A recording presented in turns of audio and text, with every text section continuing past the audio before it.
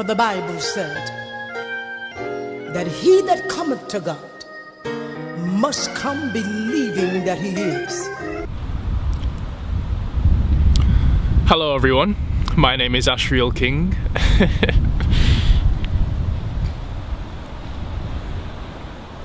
God bless. And yeah, what I want to talk with you guys today about is why I feel the Buddha style meditations and yoga, which is kind of related anyway, is spiritually dangerous. Especially if you're a Christian, right? Or just in general. Even if you're an atheist and you don't believe in the spirit realm or whatever. Because when you look into meditations itself, it is a spiritual practice, whether you are spiritual or not. Right? It doesn't matter, you're partaking in a spiritual practice.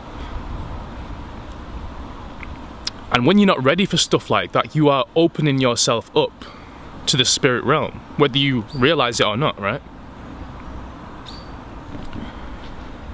And I was really into meditations, guys. I'm talking from personal experience here. I've been doing meditations myself, like the Buddha style, like focusing on your breathing, clearing your mind, all that sort of nonsense, right? Because for me now it's clear nonsense. A lot of people don't want to hear that, but again, I'm talking from my own personal experience, and that's what I feel is the truth. Same with the yoga. Yoga is great until you realise that it's actually a Hindu practice.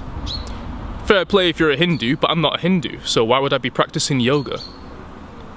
Even though it seems harmless and it seems like it's doing you benefits, it's not, in the long run especially.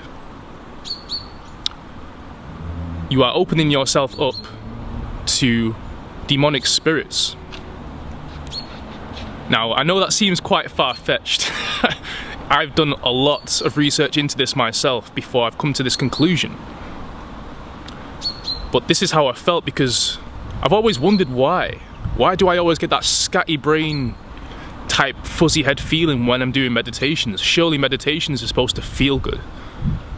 But I've actually feel a lot better from not doing meditations at all. Now, you might be like, well, there's other forms of meditations, such as exercise, which is great. That's what I've always found to work for me. Exercise, exercise, exercise. You're keeping your body and your mind active. But when you're doing Buddha-style meditation, all you're doing is sitting down, your body is completely inactive, and you're clearing your mind. Think about that. You're clearing your mind, emptying it out of all thoughts, like a robot, empty. Now that leaves you vulnerable, right? If you're clearing out your mind, you're vulnerable.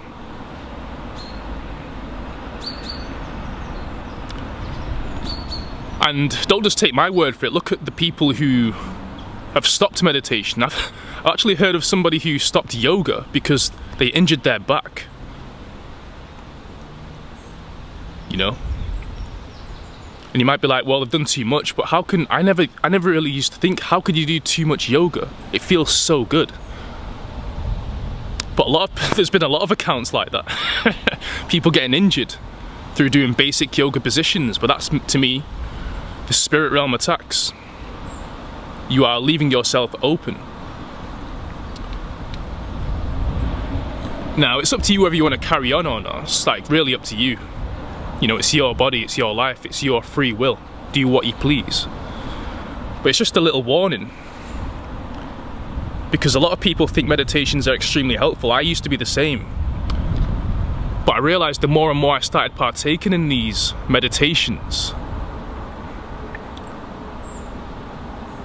the more depressed and anxious I would feel. Now, surely it's supposed to be the opposite. Yeah, it feels great whilst you're meditating, you're clearing your mind, blah, blah, blah. But how do you feel afterwards? I always remember there was a short space of time where I felt quite relaxed. And then all of a sudden, boom! Like twice as many thoughts would come flooding back to my head. I'd be like, why? What's going on? I'm supposed to be meditating.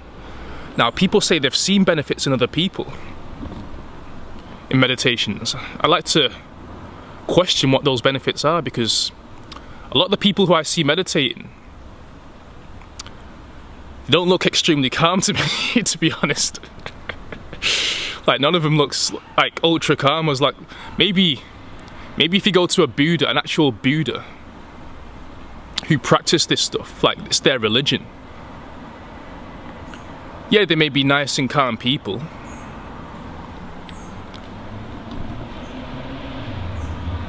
But at the end of the day, they're practicing a false religion. That's just my opinion. And so it's not of God. How do you feel? Because to injure your back from a yoga session or from doing a certain amount of yoga is quite interesting, because there's a lot of accounts of that. A lot of people actually getting injured through yoga. Because when you think about it, the positions that you put yourself in are quite dangerous. Stretching your leg this way, stretching your leg that way, putting your body in certain positions which they're not naturally supposed to be in. And then you might be like, oh yeah, that's the point, so you can stretch it out, but why would God want to put you in such an awkward position anyway? It makes yourself vulnerable, that's why. You're putting yourself under... I see some people force themselves into certain positions as well. That can't be good. Surely the idea of stretching is so you can slowly stretch out your muscles and your ligaments. Not like forcing yourself into this position, forcing yourself into that position, breath control and all that sort of stuff. Just how I feel. I feel absolutely great from not doing those sort of practices anymore. I still do stretches, basic stretches, and Pilates now.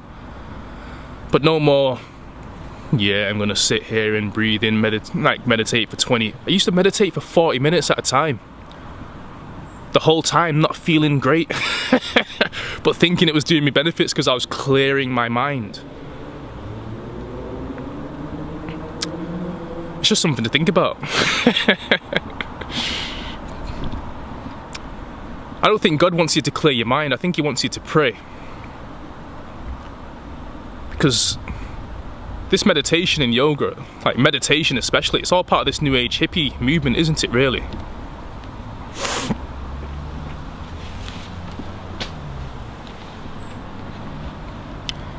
And the idea behind it becomes like it's because of people with an overactive mind, right, wanting to clear their thoughts. Now, looking back when I was a child, I've always had thoughts running through my head. Like, it's nothing new, so why should we be trying to clear them out? Right, thoughts are thoughts. It's great to have thoughts. But I realised the more meditation I did, the more overactive my mind became afterwards. So it defeated the whole purpose of doing the meditation in the first place for me. So, and if you are finding true benefits, again, it's your own free will. Carry on as you please. But just realise you are making yourself vulnerable, whether you know it or not. Like, clearing your mind. Think about the people that go through that MK mind control. MK Ultra mind control, right? Google that. The idea is to put the patients through absolute torture so that they disassociate themselves from reality, clear their mind out, so that they can become controlled, possessed.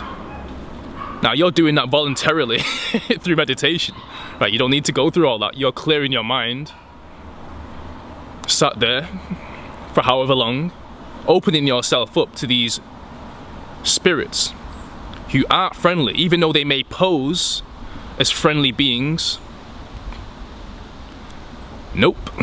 And I've had that experience myself. I've had out-of-body experiences. I've had many. And I've met these so-called angels, beings of light and stuff like that, and it's all trickery, guys. It's all deceit from Satan. Trust me. Trust me. I've been on DMT. I've been to that spirit realm. I've been deceived in that way, trust me. So, God bless people. Plane's coming, so I'm going to cut this out. Peace. Come on, everybody. Let's call Jesus.